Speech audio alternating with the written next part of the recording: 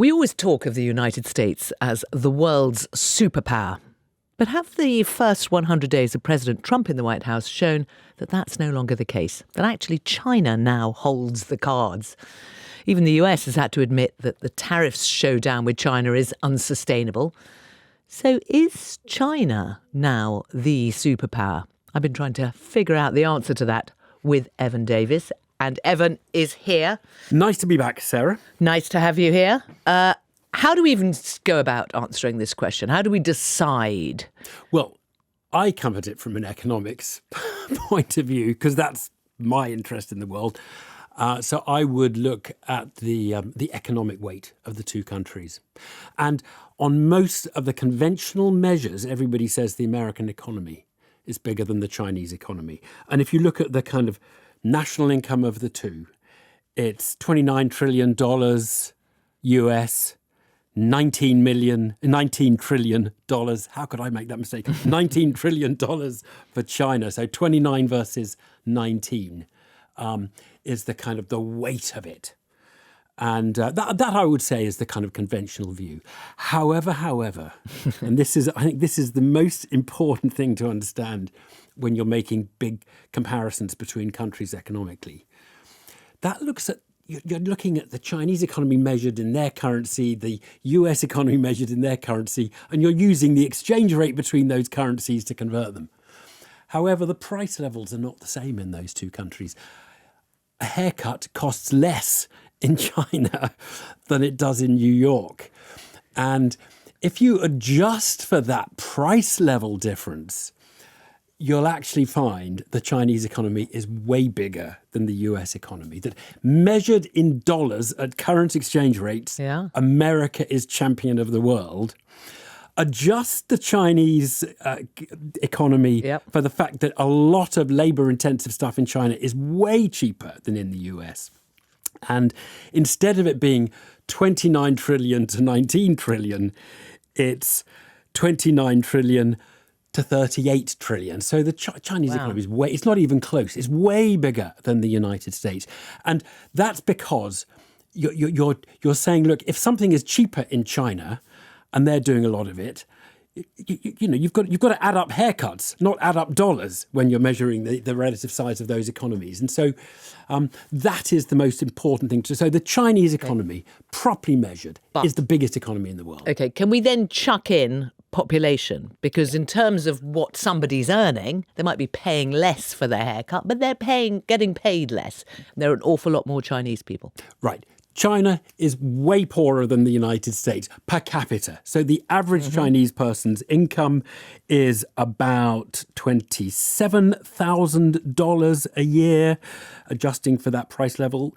The average US income per head, more like $86,000 a year. So let's be quite clear. China is bigger, has 4 times the population. It has a bigger economy when you measure it, haircut for haircut, apple for orange, etc. So it's bigger economy. Its per capita economy, its per capita incomes are way down.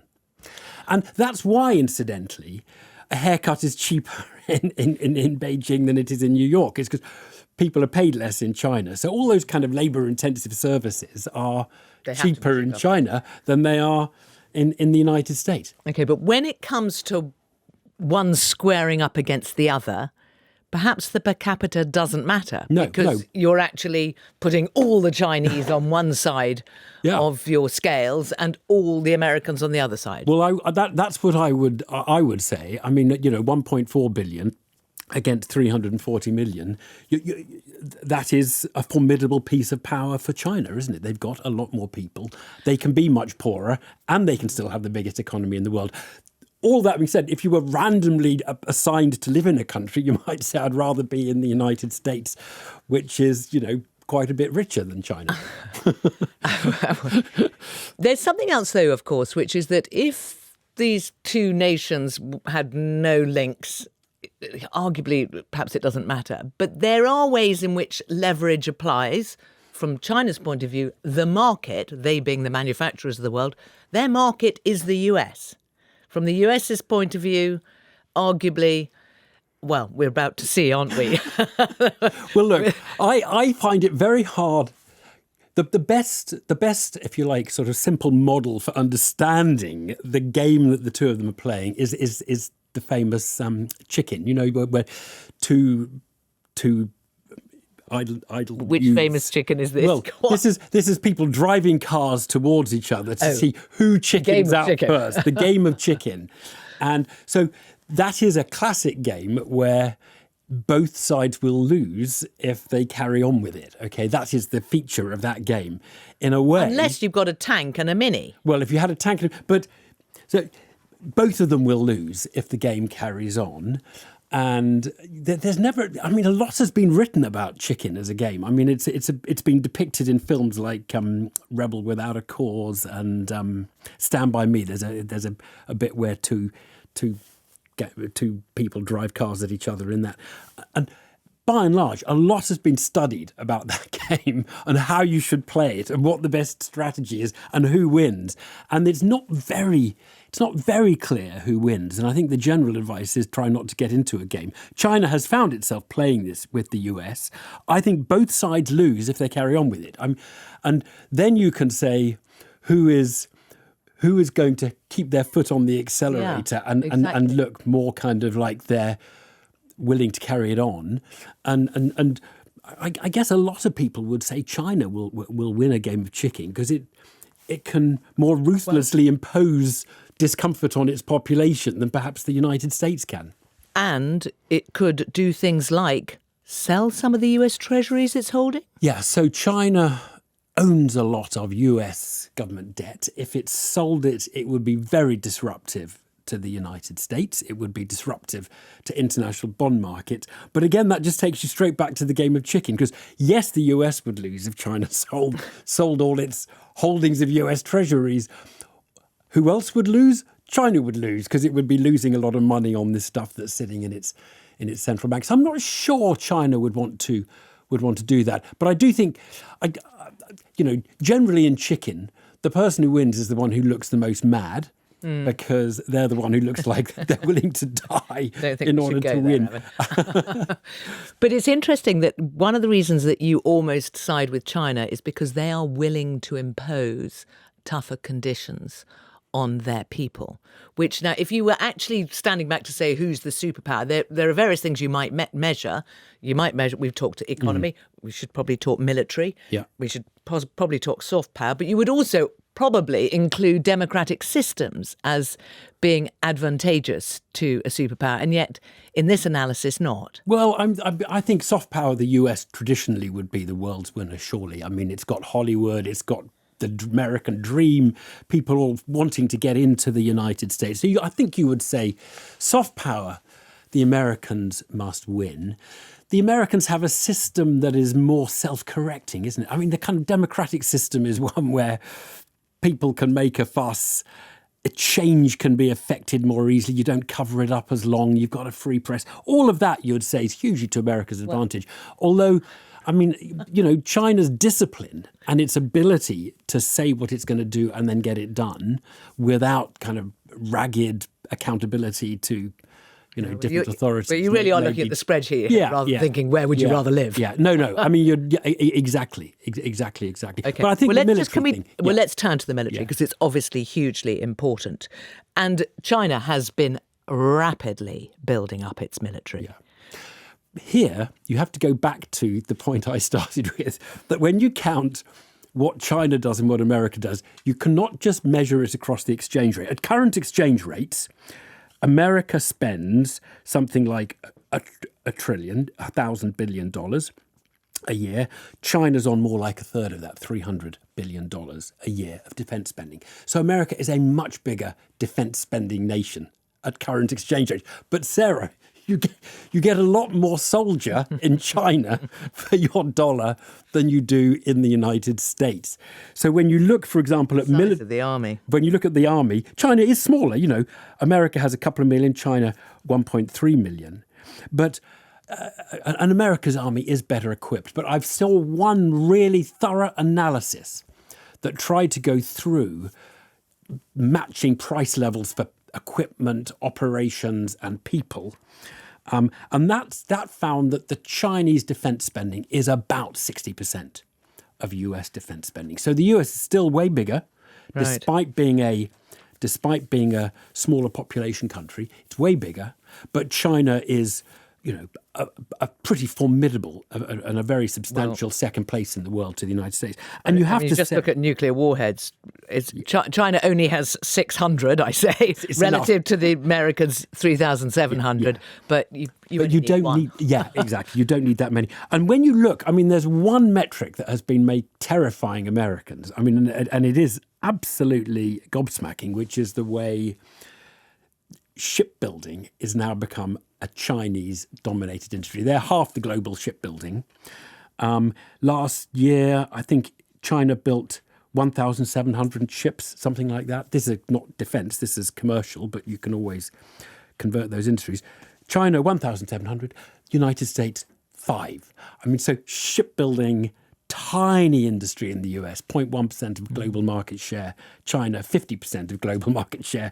And that kind of, if you like, strategic advantage in key industries matters. And honestly, if push comes to shove, America can say, we've got Hollywood, and China will say, we've got ships. And when push comes to shove, you might say, I'd rather have ships than Hollywood. Although in a kind of peaceful world, you'd probably rather have Hollywood than ships. We've been talking for years about China possibly overtaking the US as the world's superpower. And suddenly we find, OK, as a result of the last few months we hear, we haven't talked about India. Of course, India, we could suddenly find that India, Yeah. and it's down to basically to numbers. Yeah, India, it is down to numbers, but it's not just down to numbers. So when I was a child, I think China had roughly the same size economy as the UK, even though it had kind of, 20 times the population. And yeah, so don't quote me on that figure, folks. That's roughly what I remember. And what happened in China, starting really in about 1980, and Deng Xiaoping and his reforms, Mao Zedong and the Gang of Four have all been cast aside. China decided to enter the global economy. It decided to follow a path that had now been followed by South Korea and Taiwan and Hong Kong. And it followed a path that was very well trodden, which was essentially to make itself a manufacturing nation, to use a lot of Western capital to very quickly catch up with sort of Western living standards. Now, our economies were growing at 2% a year, 3% a year, because it's very difficult when you're rich to get your economy to grow very fast. China, because it was on a catch-up path, was able to grow at 10% a year, year after year after year, and slowly began to dominate lots of industries using the cheap labour that it had from its very poor days and Western technology and investment and know-how that allowed it to become kind of, a middle-income economy. So over the course of 20 or 30 years, China just had these stupendously fast catch-up growth rates. And what's difficult for China is the richer you get, the less catching up there is to do with other rich economies. And it just becomes much harder to sustain very big growth rates. And so for China, I think it's quite difficult for China. It's going to be, it's now getting to the point, still nothing like as rich as the US, but it's getting to the point where 10% growth is really very hard to achieve because you haven't got that much to catch up with. You can't just import foreign technology and expect it to generate lots of extra output. You've got that. You've also got terrible demographics. Lots of places have, but China's demographics, pretty terrible. Aging population. Because of the one-child policy. one-child policy feeding through. So China's population is diminishing. So, it's not all going all guns blazing for China economically. It does face some real headwinds. But you would just have to say that what it has achieved is it's like what Taiwan, Hong Kong and South Korea achieved, but on a scale just so much bigger than those jurisdictions that you'd have to say it really did achieve something over those years. Of course, what we've seen in the last few months is almost from the US an isolate China policy. They don't put it quite as bluntly as that, but there is a sort of separation, wanting to separate. And yet we have these vast challenges facing the globe, from climate change to AI and the handling of AI, which you might think would require the world to work together.